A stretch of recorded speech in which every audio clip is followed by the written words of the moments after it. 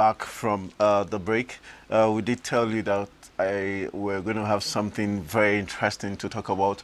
Definitely today we'll be talking about the AREPO bombings that has been taking place. We know that the Nigerian military, specifically talking about the Nigerian Air Force, has been the one in charge of dislodging the militants in that area. And because of that, we've got someone very, very esteemed to us who is in the studios with us today. We've got the group captain Ayodele Famuyua, who is the director public relations and information in the studios with us. I want to say a big thank you for making it to the program. Thank you very much. Good morning. All right, we want to look at the bombings that has been taking place in AREPO since Thursday last week. And it was said that over 100 persons has been feared dead so far. And my question is, the reaction of the people in that community and environment were that of panic and shock. Was it that there was no drill before the attack on the militants took place, and why was that? Well, I need to be able to get precisely what you're talking about when you're talking about over 100 people feared dead. The military operation in AREPO and environ has not resulted in any civilian casualty. We need to clear that. There are no evidence to show that whether the operation has resulted in collateral damages. And like I had opportunity to say before now, this is a carefully planned operation, well planned. The plans are well articulated. Before you can strike, you need to be able to gather lots of intelligence. And for anyone who knows where they have a good understanding of the operation area, where the civilian population is, it's different from where you find the bunkering activities of those criminals going on. It's not the same place. What was this operations designed to achieve? The operation is basically meant to flush out those criminals who engage in sabotage of the nation's economy, kidnapping, armed robbery in that general area. The objective is to get them out of that place, and we've been able to sufficiently achieve that objective. All right, just for those that didn't really follow it from the start, could you just give us a clue to how it all started? Because we have reports saying these people have been within this area for the last 10 years, so it didn't just start last week. So give us an insight from the beginning. Okay, fine. What you find is that the NNPC pipeline passes through that area, and I even want to believe that is how the name of that area came about. AREPO. AREPO means in Yoruba we have found oil. Okay. So that means that the name of that environment is synonymous with the economic potential that you find in that area. And so what those criminals have done over the years is to settle themselves along the NNPC pipeline. And then there have been speculations. I'm not in a position to be able to confirm that you see, when oil is being pumped, there's a way these criminals are siphoned oil out of the pipe. That again, it's a very high possibility, because you wonder what those people are doing there. And from the clip that the Nigerian Air Force show of our activities in that place, you will see the drums and the kegs, the jerry cans that you find in that place. They runs into thousands, so many. So what are they doing? Are they using the kegs or the drums to fetch water? Obviously not. So it's the petroleum that you find these criminals are siphoning, illegal bunkering. So over time, they have built themselves into that area. I guess the recent surge or different dimension to what we find that is happening there, perhaps it's as a result of the ongoing operation in the Niger Delta, the militant activities and the military operations there. And so running away from Niger Delta, they tend to find a kind of a haven in that place to hide. Now, again, if you look at it very well, we need to ask ourselves some questions. Are these people just there, like you said? They are not. They've been there for years. Now, you ask yourself, where are the community leaders? Where are the people in that area? How much information have they been able to give to security agencies to say this is what is happening? So it appears that over time, the community too has benefited from the legal activity of these people. Unfortunately, there's a boomerang effect. All right. In some quarter, it's been said that even the security agencies, to an extent, have compromised with these miscreants, and also that the people tend to, because they get this product a little bit cheaper from these people. It seems to say that probably what the government couldn't do for them, this is what the militants are doing for them. So, how would But you? that does not What's your stand on excuse, that? that doesn't excuse the fact that if you are involved in criminal activities, you are a criminal. Whatever the militants are doing for them, it's not the issue. What they are doing is the right. To sabotage the nation's economy is the right. Now, if it appears that that business is no longer moving for them, now you see a situation where they are not feeding on themselves. What do I mean by that? You begin to see kidnapping, you begin to see armed robbery in the same location. So what we're just saying is that such criminal activities are not what you expect a responsible government to fold his hand and be looking. And that's why the present democratic government has taken it upon itself to get those criminals out of that place. And that is what the military is doing, and particularly the Nigerian Air Force. It's not an area that you say maybe you find Air Force present. So your allegations that maybe security agencies have also compromised, yeah. I'm not in a position to be able to refute or to accept your claim. But I can speak for the Nigerian Air Force. You don't find Nigerian Air Force present in that area. But the operation that has taken us there, we have been the arrowhead of that operation, providing intelligence, because if you must tackle head-on internal security challenges, you need accurate and real-time intelligence to be able to tell you this is what is happening at this particular time. Going back again to the clip that we released, you have the surveillance aircraft with sophisticated cameras on board, which is able to pinpoint what you have there on the ground. And that's how we're able to bring out the pictures of those people. And then again, when you look at that video, you see the level of criminality of these people. What are they doing with guns? And so before now, there are instances where these people have killed security agencies, they have killed policemen, they have killed a lot of people in that place. So they are heavily armed. If you check that video, you see an anti-aircraft gun that is mounted on a boat. You see the guy that is moving into the observation post. You see something like a belt around him. We call it bandalia. It's a belt of ammunition that the guy has around his body. Okay. The guy again inside the boat, you see when he burnt down, he picked up arm. There are so many of them also in that area that are armed. Now, if it is just to take oil, what do you need arms for? So it's much more than you can think. These guys are criminals. Have you achieved the objectives that these operations were designed? I tell you, the operation has been very, very successful. How would you say it has been successful? It's been successful in the sense that when you look at the clip that we gave out, these people, because of the heat that we have brought on them, have likely run away from that place. And then, again, you can get insinuation, posts from the public that they are now moving into Ondo and environ. Whether that is true or not, I'm not in a position to say that. But again, there are real-time testimony from the people that those militants have been dislodged from that area. And again, we are looking at it that in the day they may not want to be active. They may want to, because if that place is strategic to them and it's not lucrative, you do not expect that they want to leave the place just like that. They may want to find a way of coming back. And so we carry out operation. Nigerian Air Force is carrying operation both day and night. Yeah, we're actually seeing visuals of the Nigerian Air Force, the fighter jets. Yeah, those are the Alpha jets. They okay, are the Alpha jets. Very beautiful platforms that have proven their worth. And these jets, are they newly procured, or they've been? No, they've been in the inventory of the Nigerian Air Force for quite a while. These are the same platforms that we use in the Liberia, Sierra Leone crisis. So they've been with us for quite a while. All right. So what is being put in place to ensure that these areas that we've succeeded in chasing them out, that is not retaken in future? I strongly believe that because the operation that we have now, this operation now, is a kind of a multi-agency effort. Okay. Right. You find the Army, the Navy, and don't forget that it's a maritime environment. So the Navy has a lot of role there, and they're up to the task. You find the Civil Defense, you find the Department of State Security. Okay. So what you just saw, I can say it's about the first phase of the operation. First phase in the sense that you need to provide the enabling environment for the surface forces to be able to operate. And that responsibility rests solely on the Nigerian Air Force.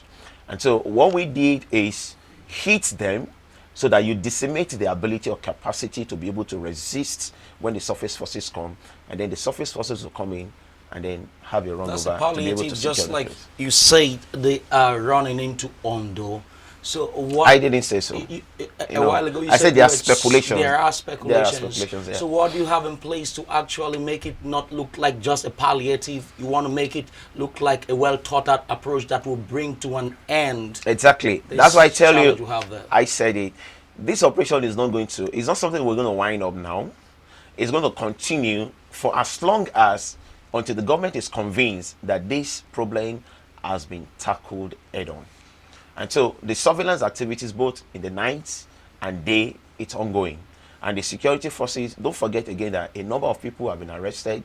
And then by the time those people are interrogated, of course, they should be able to give out some other information about maybe the real people that are sponsoring them, and then where it could be possible for government to be able to pick up other people that are also involved in such activity in that area. All right, we did get reports that yesterday fighting continued. Could you give us a update as regards yesterday's onslaught? Yeah, since Thursday last week, 28th, we've been conducting the strike, and we do that every day. We do it in the day, we do it in the night. But key to the success of this operation, like I've always said, is ability to provide real and accurate intelligence. Yeah, Okay. we have the platform that we use to do that. That is the Beechcraft which we are using right now. So times and over and again, you find the aircraft airborne over that area. There are also a number of locations that I don't want to tell you are here that surveillance is going on, because the tendency, their area of operation, it's a very thick forest. And so there's a tendency again that they may want to move deep into the forest. But you see, let's ask ourselves, what is actually the point of interest of those criminals? Is the oil. And there's a pipeline, there's a layout. If you take them out of that area, the chances that they want to remain in the bush, it doesn't make any sense. So you can be sure that once you disrupt the economic activity, which is of interest to them, then they get their ass out of that place. And that is important to us. So surveillance is ongoing. We do it day, we do it night.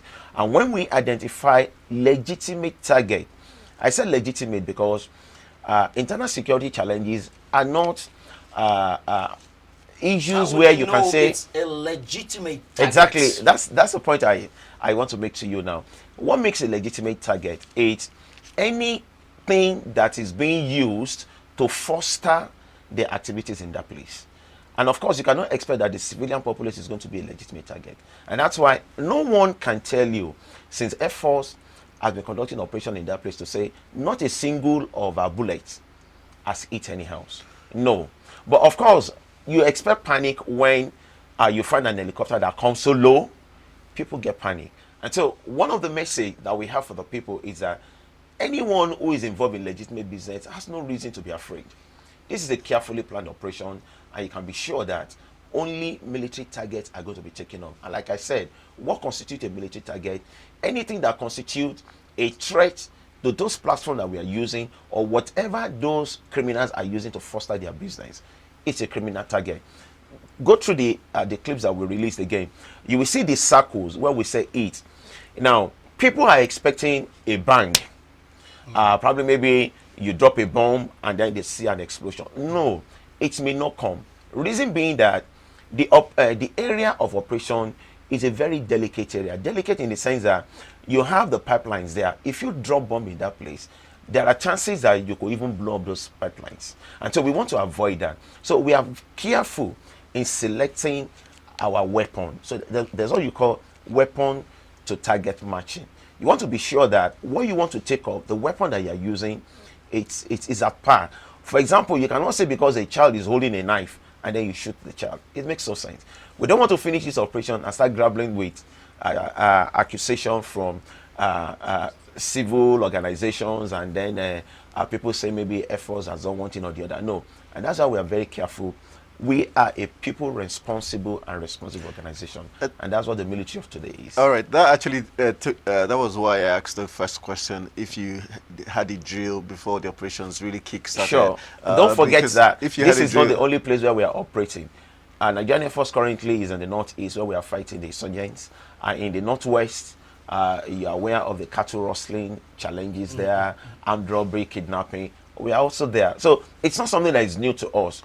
Even in the Niger Delta is the same thing. So the southwest is just a piece of cake for us. Can you just give us a clue to the relationship between the people and the Air Force and how they've been, helpful in these operations and gathering of intelligence?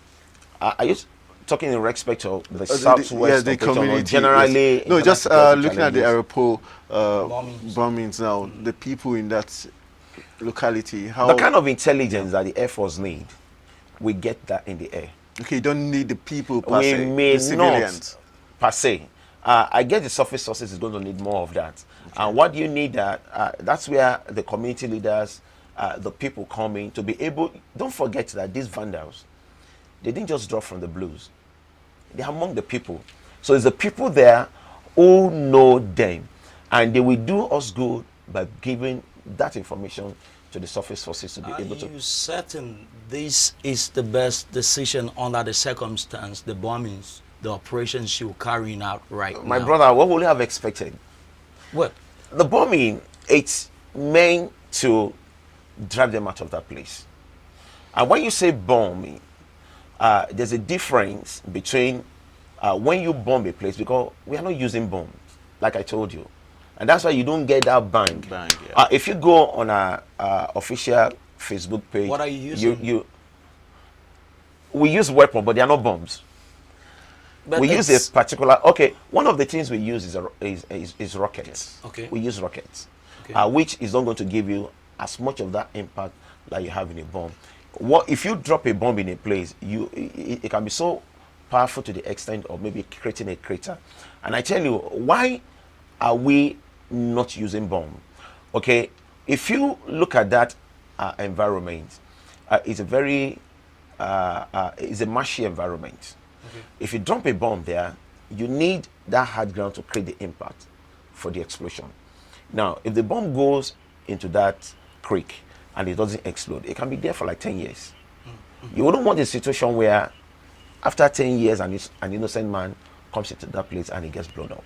So there are a lot of factors that has been put in place in planning this operation. And that's why I say it is carefully planned.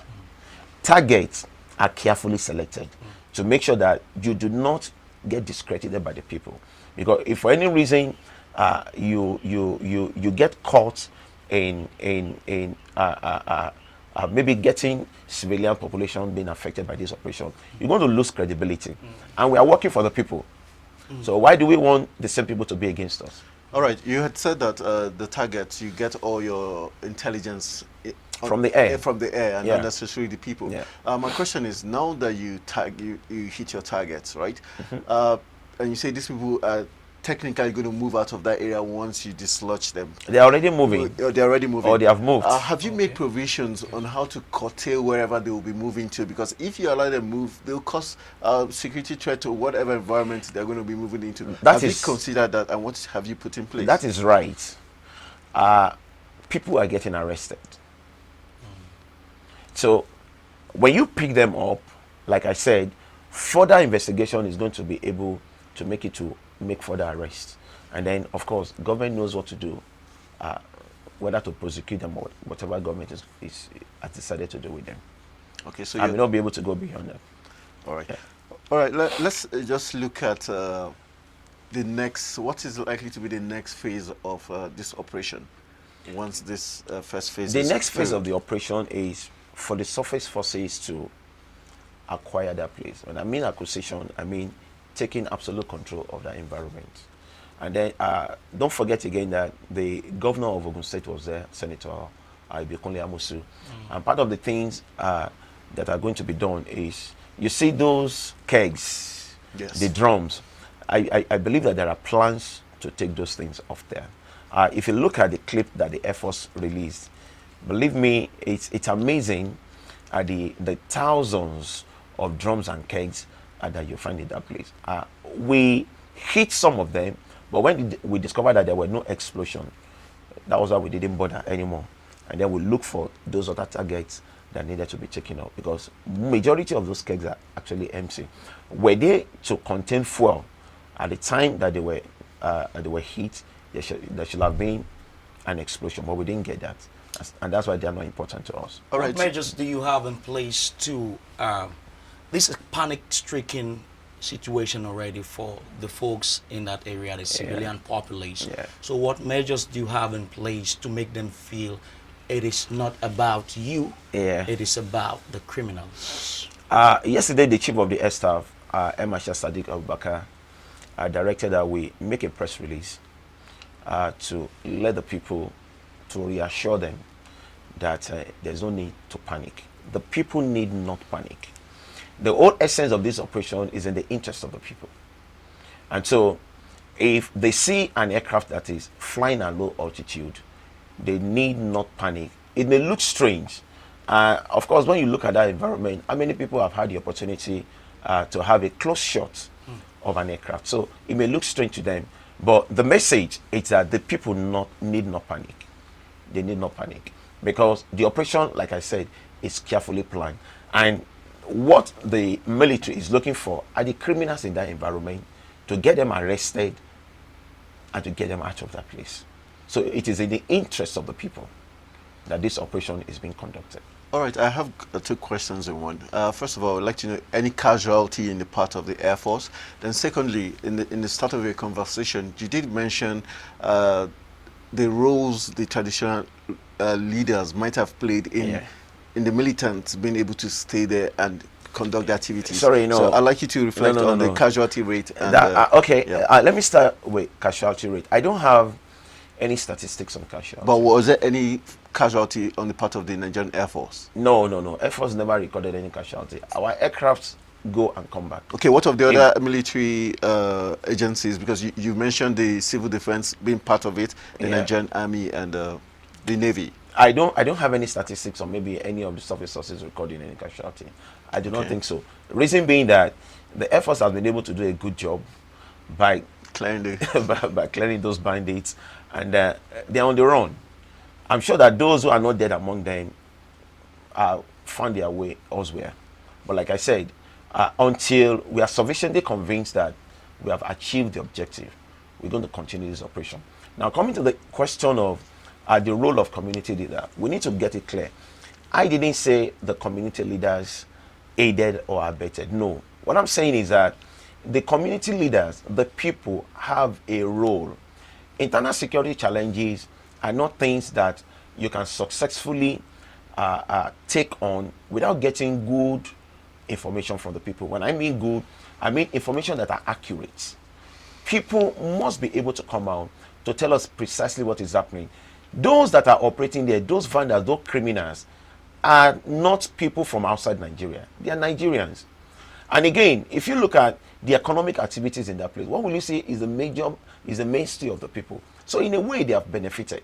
And that's the point I'm trying to make, that we cannot get involved in illegality and we expect that it's going to be rosy all the time. No. And this is the boomerang effect. And the message for the people, it's they need to come out to help the government to be able to address this issue. Because if the people are not pointed out, the chances are that after a while, a criminal will always be a criminal, except God touches his heart and is ready to repent himself. So the people need to tell us, who are these criminals? Where are they? And for, do I say the new area, if there's going to be challenges before now in the wake of trying to identify the criminals, even when you wanted intel to work with those communities? Let's get it straight. Yeah. The role of the Nigerian Air Force is not on the ground. Even though sometimes we do contribute troops to operate on the ground. But don't forget, for us to operate, the intelligence that we're talking about comes from various sources. There's the human aspect of the intelligence. We get from the air. And it doesn't mean that the intelligence that you get from the ground can also not be used. Take, for example, if you identify an object in the air, and you probably want to know what it is if you have any doubts. You may need the human intelligence on the ground to be able to tell you that actually this place, this is what is there. So it's a collaborative effort. That's what I'm saying. Now, coming back to the role of the community leaders, it is for them to be responsible enough and be patriotic to be able to give out information to the security agencies. Have they and denied also the you people. access to certain information before now? I'm not saying that. It's a kind of an appeal I'm making to the people. I'm asking that it's a fight for every one of us. It's not just for the military. But people need to be engaged. They need to get engaged. How? Bring out these criminals. If they know where they are, they should report. Now, if there are places where these hoodlums are fleeing into, now, if you see an unknown face in your area, they should be able to report to the security agencies. And that's the point I'm trying to All make. right, taking you away from Lagos, AREPO area, now looking at the Northeast, with the massive success you recorded, Yeah. how come it wasn't that easy for you to replicate that in the Northeast? Looking at the Sambisa forest specifically, where we were told the insurgents were there for quite a number of time with the a large number of captives, talking about Chibok girls. How come, even when the US said they had intelligence report and gave it to the Nigerian government, what was the barrier? Well, there's a barrage of issues that you have raised. Let me try to take them one by one. I don't want to get involved in the issue of Chibok girls. All right. Yeah, because it's an issue that has been overflogged, and no one may be able to tell you precisely this is what is happening. So it's not an issue for this platform. But again, you can see that recent effort on the part of the government has been able to recover some of them. Now, you talk about us not being able to replicate the success that we have in the Southwest. I tell you, that will be very wrong. Wrong in the sense that if you look at the Northeast right now, life normalcy has returned to the Northeast. We had the last Salah holiday. Before now, you discover that when there's a festive period, you find the insurgents moving around, bombing and all that. We never had any such occurrence in the last one. That is to tell you that normalcy is returning. Now, in the light of that, what we've been able to achieve, and which you will agree with me, it's the days of the insurgent moving in numbers and ravaging villages and settlements are over. You don't get to see them move in large numbers, in convoys of vehicles, and then killing people anymore. That is to tell you that they have been sufficiently tackled. Now, insurgency, They have been sufficiently tackled. sufficiently. But before now, what was the reason for the insufficiency with surmounting this challenge? Don't forget again that the problem didn't start in one day, and you cannot address it in one day. But whatever it is, right. Okay. the fact is that we are getting over the challenges of insurgency. The stage at which we are now is a stage that the armed forces or the security agencies need more support from the people. And it's the same thing that I kept saying in the Southwest, likewise in the Northeast, in the Northwest, whenever we have internal security challenges, because the people are among us. The challenge that you may have in the Northeast right now, it's about suicide bombing. Suicide bombing may not stop, because when the people know that they are not able to operate the way they used to be, again, it may not be out of place for you to see sparing instances of maybe them strapping bombs around people. Do you have more ammunition now than before? We've never told you we never had No, ammunition. you said you have been able to sufficiently tackle them. Sufficiently, Now, sufficiently. That means Yeah. perhaps maybe you had some challenge. No. What I'm saying is Alright, that What was the the challenge? level of success that we have Let's achieved, drag it here. What No. was the challenge? there wasn't any challenge. But how come Get you it? were All able right, to sufficiently tackle Collins. this now? Can I clear? Collins, I- let him speak. I need to clear that. Yeah. The problem is not a one-day problem. Okay. And so you expect that you're going to be building on your successes. And that's what we have done. When I use the word sufficiently, meaning that Nigerians are becoming comfortable now in the Northeast to move around. Don't forget that some of the roads that were blocked by these insurgents have been opened in recent time. And that is where the word sufficiency came in. That we have achieved a great level of success with regards to the Northeast operation. All right. A viewer did send a question right now. It says, "How do you intend to deal with reprisal attacks?" Talking about the southwest now.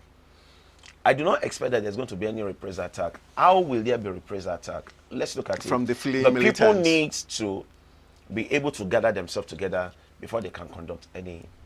But any let's, for instance, any if attack. there is, Yeah. as regards the question by the viewer, There, what? it's not likely there will be. But again, we're not going to leave any stone unturned, and that's why you are finding the surface forces moving in.